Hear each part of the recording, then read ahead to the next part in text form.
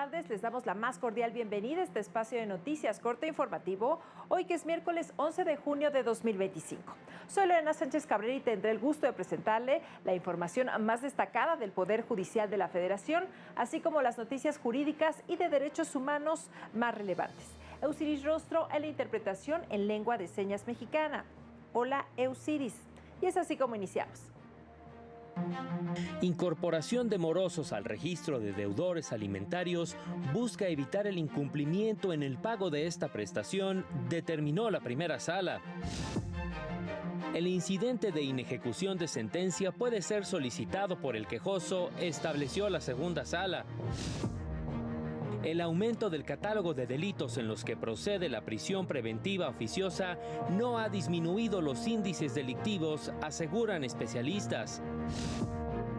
El próximo domingo el INE realizará la declaratoria de validez y entregará constancias de mayoría a candidatos triunfadores en la elección judicial.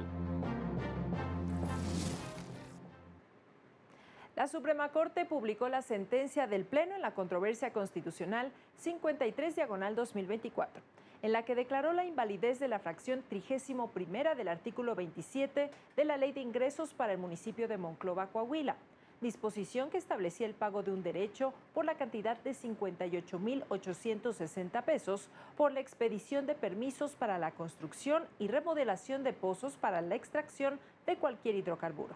El Pleno determinó que al expedir la norma, el Ejecutivo y Legislativo locales invadieron atribuciones reservadas por la Constitución a la Federación para la exploración y extracción de hidrocarburos, pues en términos del artículo 27 constitucional, corresponde a la Federación la planeación y control de la exploración del petróleo y demás hidrocarburos propiedad de la Nación. Por estas razones determinó la invalidez de la disposición impugnada. La primera sala estableció que la inscripción en el Registro Estatal de Personas Deudoras Alimentarias Morosas en el estado de Chihuahua, regulado en distintas fracciones del artículo 1 de la ley en la materia, como consecuencia del incumplimiento de las obligaciones del deudor alimentario, es una medida constitucionalmente válida, porque la afectación al derecho a la dignidad humana es proporcional en sentido estricto. La sala explicó que, al no tratarse de una sanción absoluta y permanente, su grado de intervención en el derecho fundamental afectado guarda proporcionalidad con el fin que persigue la medida, desincentivar el incumplimiento de las obligaciones alimentarias, con lo que se busca evitar una situación jurídica y materialmente indeseable para la persona acreedora, ya que por medio de la subsistencia encuentra su desarrollo personal y capacidad de gozar de una vida digna y de calidad. Precisó que la vigencia de la inscripción en el registro se encuentra sujeta a una condición resolutiva, ya que depende del propio deudor alimentario moroso, pues una vez que acredita haber cubierto las cantidades adeudadas, su inclusión en dicho registro se cancela. En consecuencia, en estos casos se considera de mayor beneficio proteger y garantizar el derecho de alimentos que el perjuicio a la dignidad humana del deudor alimentario. Por su parte, la segunda sala determinó que la parte quejosa puede promover el incidente de inejecución de sentencia. Explicó que si bien el artículo 193 de la Ley de Amparo establece que es competencia del órgano jurisdiccional abrir el incidente de inejecución de sentencia, tal circunstancia no impide que la parte quejosa le solicite que analice si las autoridades responsables han sido omisas en acatar el fallo protector para, en su caso, abrir el incidente. Si las autoridades se han resistido en cumplir con la sentencia, la quejosa tiene derecho a defender sus intereses de acuerdo con el daño que le causa la prolongación del análisis del cumplimiento de la ejecutoria, conforme al principio de justicia pronta, mismo que no solo implica el dictado ágil de la sentencia, sino también su ejecución, lo que no se traduce en que el órgano jurisdiccional deba abrir el incidente a solicitud del quejoso, sino que el trámite que se dé a la solicitud estaría sujeto a lo que decide el órgano jurisdiccional sobre el incumplimiento de la sentencia.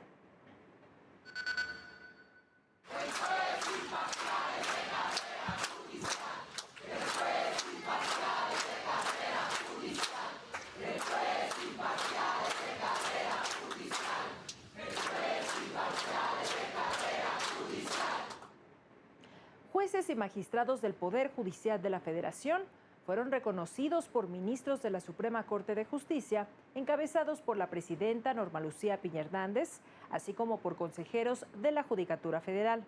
La ceremonia denominada Honor y Legado en la Justicia Mexicana fue realizada en la Escuela Federal de Formación Judicial. Ahí, la ministra presidenta se sumó al reconocimiento a las personas impartidoras de justicia, no solo por sus años de servicio, sino por la defensa de los principios que sustentan al sistema judicial actual: la equidad, la imparcialidad y la justicia para todos. Se merecen el aplauso en esta ceremonia son ustedes. Y se los pido de corazón. Vamos a ponernos de pie y cada uno de nosotros nos daremos un aplauso por el compromiso, por el legado y por la dignidad que todos y cada uno representan. Gracias.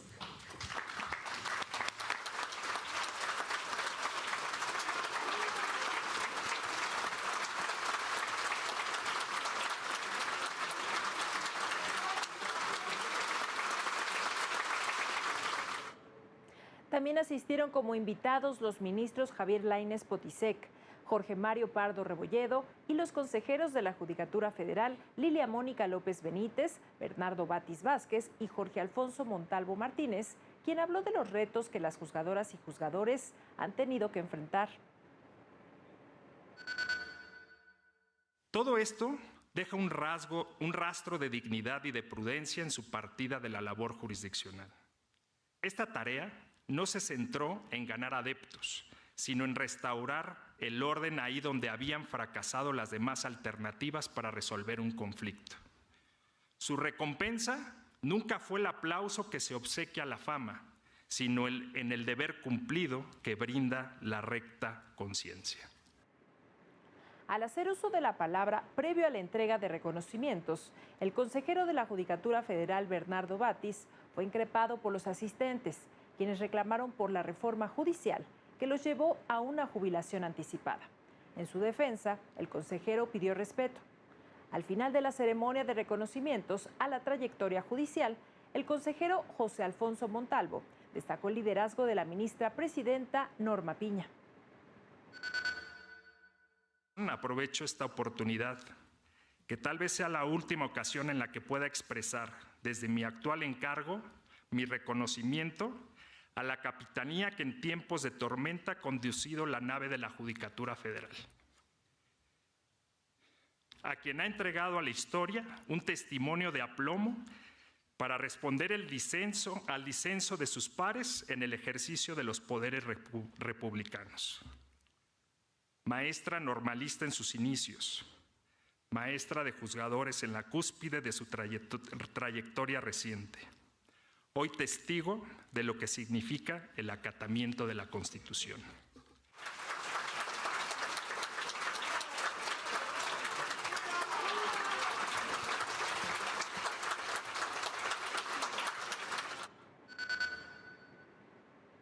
En más noticias, el incremento de personas en prisión preventiva oficiosa no ha disminuido los índices delictivos ni mejorado la seguridad pública, aseguró el consultor internacional Emilio Manque al impartir una conferencia sobre defensa pública en América Latina. Indicó que países de la región como México han mantenido la prisión preventiva oficiosa y aumentado el catálogo de delitos en los que procede su aplicación, ignorando las resoluciones de la Corte Interamericana que obligan a eliminar dicha medida cautelar.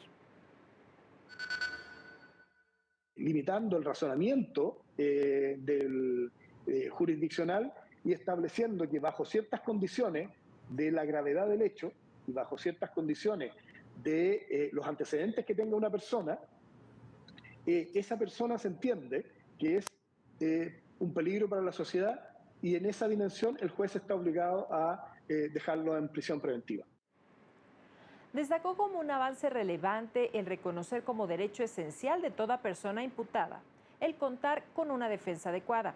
Sin embargo, lamentó que en la región los poderes legislativos se nieguen a reconocer los tratados que protegen derechos fundamentales. Hay un discurso preocupante que sin ningún tapujo, autoridades políticas responsables de la conducción del Estado generan un discurso contra los derechos humanos. El Poder Judicial de la Federación, a través de sus órganos jurisdiccionales, ha emitido sentencias que permiten a pueblos y comunidades indígenas ejercer sus derechos. El Consejo de la Judicatura Federal destacó una tesis relevante del 20º Tribunal Colegiado en materia administrativa del Primer Circuito, el cual determinó que las personas, comunidades y pueblos indígenas pueden acceder a beneficios y acciones afirmativas de la Ley de Derechos en la Ciudad de México sin necesidad de inscribirse en el sistema previsto.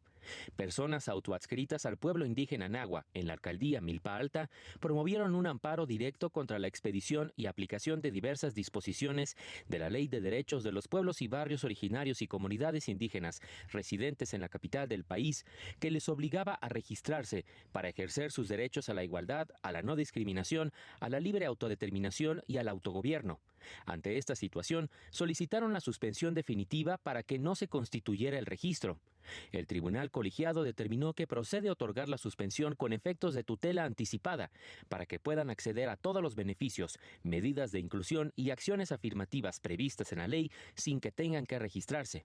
Esta medida, precisó, no afecta al interés social, no contraviene disposiciones de orden público, no constituye derechos que las personas quejosas no hubieran tenido antes de promover el amparo, evita daños inminentes e irreparables, satisface el interés general de incentivar la diversidad cultural junto al desarrollo sostenible de las personas, garantiza el libre ejercicio de varios derechos de protección especial reconocidos constitucional y convencionalmente a su favor e impulsa la diversidad cultural.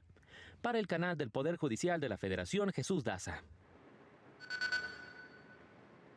La Suprema Corte puso a disposición la nueva entrega de los cuadernos de jurisprudencia en torno al derecho del trabajo y la libertad de trabajo, editado por el Centro de Estudios Constitucionales. La libertad de trabajo en México está protegida por el artículo 5 de la Constitución. Permite a las personas elegir su profesión, oficio o actividad dentro de los límites establecidos por la ley. La obra reúne los criterios más destacados del máximo tribunal en torno a temas como las limitaciones a las empresas comerciantes de medicinas y trabajadores de la salud, el derecho a la seguridad social, la subcontratación, el trabajo infantil, los trabajadores académicos y planteles educativos, trabajadores al servicio del Estado, el personal de las Fuerzas Armadas, entre otros. Son 3 de la tarde con 45 minutos, momento de hacer una pausa, pero regresamos a corte informativo.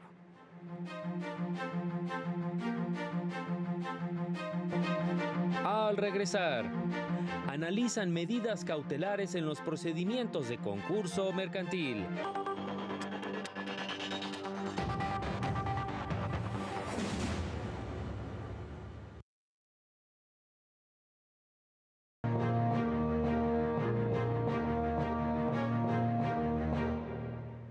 Ya estamos de regreso con más noticias. En la sede alterna de la Suprema Corte continúan los trabajos de la cuarta jornada en concursos mercantiles organizada por el Consejo de la Judicatura Federal. Ahí se encuentra nuestro compañero Óscar González, quien dio seguimiento al segundo día de este encuentro. Muy buenas tardes, Óscar. Adelante con tu reporte. Así es, muchas gracias. Muy buenas tardes para todos. Efectivamente, en la cuarta jornada en concursos mercantiles hacia la construcción de una nueva cultura concursal en México. En la mesa de trabajo 3, implicaciones y alcances de las medidas cautelares en los concursos mercantiles, donde los participantes afirmaron que las medidas cautelares son la columna vertebral del concurso mercantil. Veamos. Las medidas no tienen otro propósito más que preservar la masa. Y no tiene otro propósito más que cuidar el interés del acreedor y la viabilidad de la empresa. Si eso lo podemos contrastar fácilmente y lo podemos explicar con base en la actividad que lleva a cabo la empresa comerciante, ya sea bien a través de una solicitud o a través de una demanda o un procedimiento involuntario, eso abre completamente la perspectiva. En este marco señalaron que el objetivo de la ley de concursos mercantiles es que la empresa subsista, y así lo señalaron. Este tipo de medidas no es taxativa, como se puede advertir o sugerir en el Código de Comercio, que permite el arraigo y el aseguramiento de bienes. Aquí se da una carta abierta que toda actividad que pretenda la conservación de la empresa y logre ese objetivo a través de decretar una medida será adecuada. Destacar que las medidas cautelares en concurso mercantil son herramientas legales que se utilizan para proteger la integridad del patrimonio de la empresa concursada y los derechos de los acreedores durante un proceso de reestructuración. Y a su vez buscan garantizar que la empresa no realice acciones que perjudiquen el proceso de reestructuración y que los acreedores puedan a su vez recuperar sus créditos. Por ahora, el reporte que tenemos. Muchas gracias y muy buenas tardes para todos. Muchas gracias, Oscar, por tu información.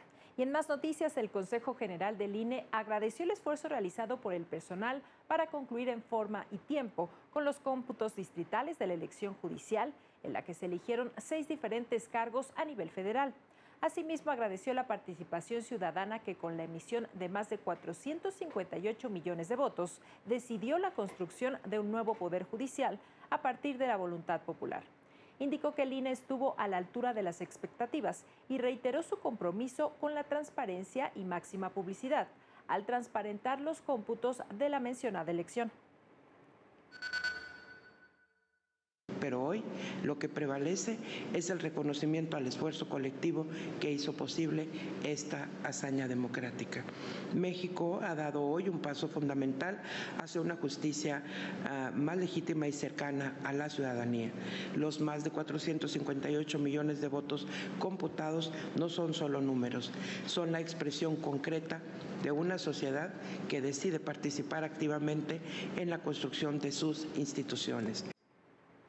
Ahora corresponderá llevar a cabo los cómputos por entidad federativa y circunscripción, revisar los requisitos de elegibilidad de las personas candidatas que ganaron, realizar la declaratoria de validez y emitir la constancia de mayoría, así como concluir con la etapa de fiscalización para dar paso a la etapa jurisdiccional de la elección judicial, con el fin de que las personas electas asuman funciones a partir del próximo 1 de septiembre. Por su parte, Amnistía Internacional alertó que el modelo de elección popular de ministras, ministros, magistraturas y personas juzgadoras que adoptó México puede poner en riesgo la independencia judicial y el derecho al debido proceso. Resaltó el informe preliminar de observación de la OEA, el cual constató que hubo baja participación, tiempos reducidos para organizar el proceso, polarización política y riesgos a la autonomía judicial. Destacó la importancia de este informe, ya que impulsa la transparencia y la rendición de cuentas, detecta las fallas estructurales en el proceso y señala las amenazas a la independencia del Poder Judicial. La elección popular de integrantes del Poder Judicial, advirtió, podría llevar a que estos respondan a intereses privados, redes clientelares o estrategias populistas, debilitando así su imparcialidad. Este modelo, concluyó, no garantiza que quienes lleguen al cargo tengan el mérito, la experiencia o la integridad necesaria, lo que compromete el derecho al debido proceso y la confianza en la justicia. La democracia se construye cuestionando, proponiendo e insistiendo. Hacer visible un problema es también una forma de justicia, pues siembras las preguntas correctas para el futuro. Esto consideró el especialista Sergio Zúñiga Castellán en el blog Axis del Tribunal Electoral. En su artículo destacó 2 resoluciones de la Sala Superior en las que se impugnaron las reglas aprobadas por el INE para la elección de presidencias y consejerías de los organismos públicos locales electorales en 17 entidades del país. En el primer caso, él mismo impugnó el requisito de contar con 30 años cumplidos para acceder al cargo, pues tenía 28 años en ese momento, y consideraba que la edad no debía ser el único parámetro para demostrar una formación sólida, experiencia suficiente y compromiso con el servicio público. Y en el segundo, se impugnó el requisito de contar con título de licenciado en Derecho con una antigüedad de 5 años, reglas que la Sala Superior confirmó tras aplicar un test de proporcionalidad. Pero en el caso de la antigüedad de título, al emitir un voto particular, la magistrada Yanino Talora Malasis consideró que la exigencia de una antigüedad mínima del título profesional no solo es innecesaria, sino además inconstitucional y discriminatoria, pues impone barreras formales que afectan con especial intensidad a mujeres y personas de bajos recursos. El Tribunal Electoral y la Asociación Mexicana de Fiscales Electorales firmaron un convenio de colaboración para impulsar programas, estrategias y actividades enfocadas a la prevención, atención, sanción y erradicación de la violencia política contra las mujeres en razón de género. Con ello, ambas instituciones crearán un protocolo de actuación para atender casos de violencia política que se enfoque en las causas y especificidades de cada caso en todo el país. Además, permitirá el intercambio de conocimientos y análisis de las mejores prácticas para prevenir y, en su caso, sancionar la violencia política contra las mujeres en razón de género.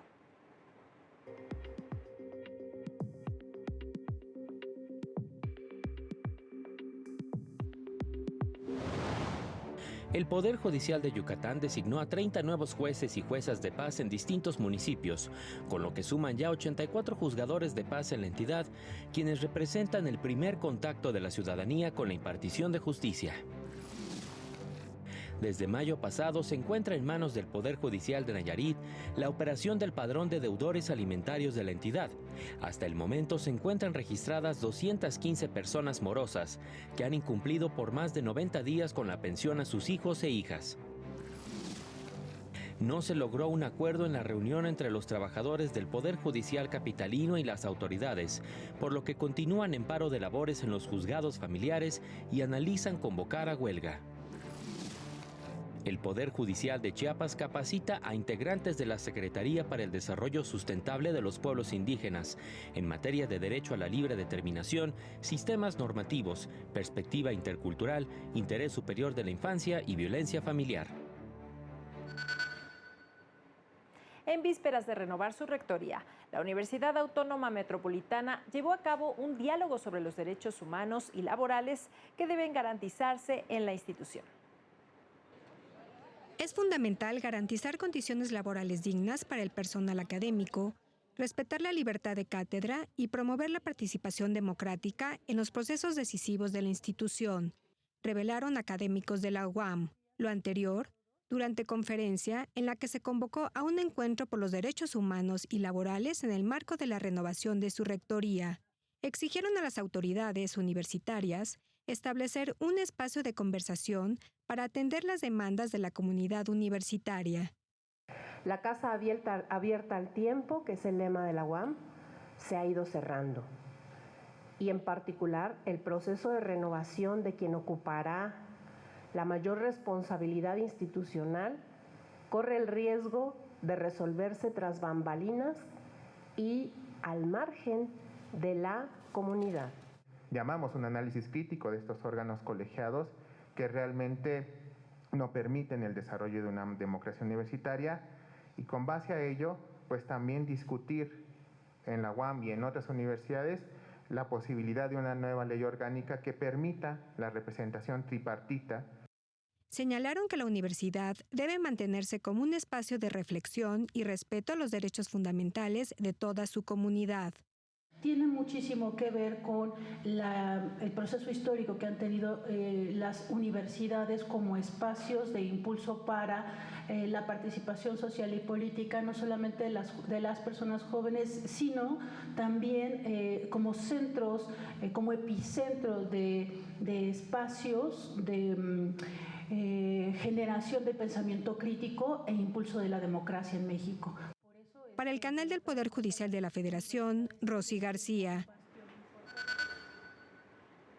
El primer tribunal colegiado en materias penal y administrativa con residencia en Chihuahua revocó la suspensión provisional que concedió el juzgado 10º de distrito que impedía a la Conagua continuar con las acciones de demolición y remoción de obras de represas construidas sin autorización en el rancho El Saucito, ubicado en dicha entidad, lo que permite continuar con estas medidas sancionatorias por el uso indebido de aguas nacionales y la alteración del cauce del arroyo El Saucito, que conduce las aguas superficiales al río Agujas hasta llegar al río Conchos y en última instancia al río Bravo.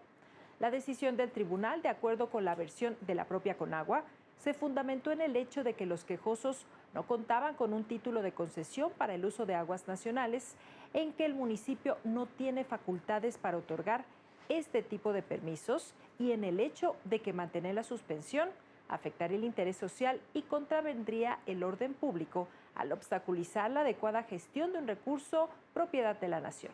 Además, el hecho de que el agua retome su cauce natural representa un beneficio colectivo y una acción a favor para garantizar el derecho humano al agua. Dicha resolución implicó que el juzgado de distrito revocara la suspensión que impedía la demolición de las represas.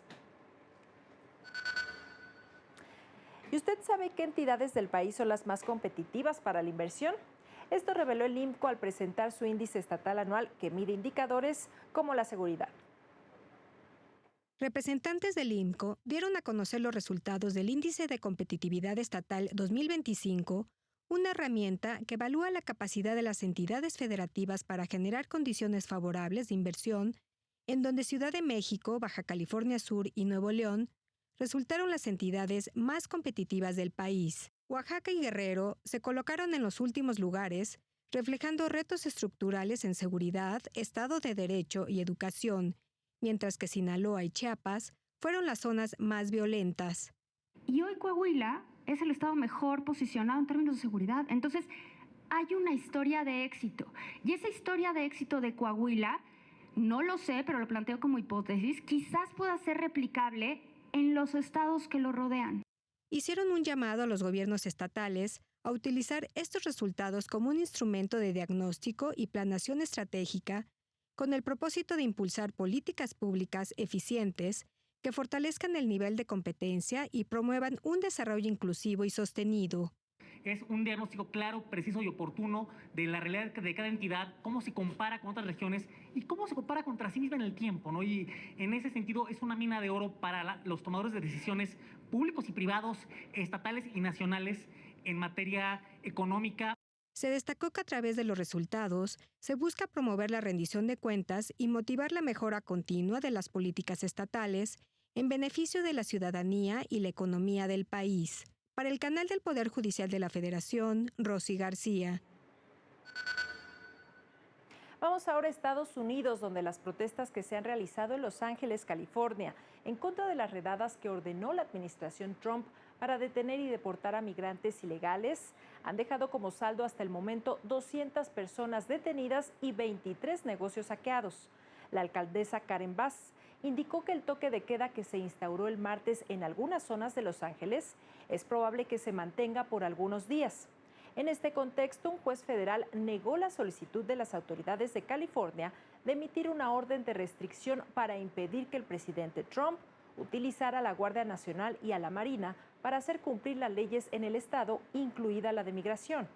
Las protestas se han extendido a diversas ciudades de los Estados Unidos como Austin y Dallas en Texas, Nueva York y Chicago, Boston, Massachusetts, Seattle, Washington, D.C., Denver, Colorado y Filadelfia, Pensilvania. En todos los casos demandan que el Servicio de Control de Inmigración y Aduanas detenga las redadas antiinmigrantes y exigen respeto a los derechos de los sectores más vulnerables. Por su parte, el presidente Trump llamó animales a los manifestantes y amenazó con imponer prisión a quienes quemen banderas de los Estados Unidos. Asimismo, aseguró que sostendrá las medidas para combatir la migración ilegal. Y permítame compartir la información de último momento. La primera sala de la Corte de Justicia de la Nación resolvió este día el amparo directo 26/2022, promovido por Juana Hilda González Lomení, y le concedió la protección constitucional, ordenando su inmediata y absoluta libertad, luego de haber permanecido privada de la libertad durante 19 años y 5 meses. El Instituto Federal de Defensoría Pública sostiene también que esta resolución debe tener efectos inmediatos en los casos de las personas coprocesadas, César F., Albert y Tony C., cuyos juicios de amparo directo estaban suspendidos en espera de esta decisión, así como de Brenda Q. y Jacobo T., quienes continúan procesados. En todos estos casos, la acusación se basa en las mismas pruebas que la Suprema Corte declaró nulas, por lo que deberán excluirse de forma inmediata. Pues esa es la información generada hace unos minutos y que por supuesto le tendremos los detalles en el noticiario nocturno de las 20:30 horas. Es así como llegamos al final de este espacio de noticias, como siempre agradeciendo su compañía e invitándole a mantenerse aquí en la señal del canal del Poder Judicial de la Federación. Soy Lorena Sánchez Cabrera y le deseo que disfrute su tarde. Hasta pronto.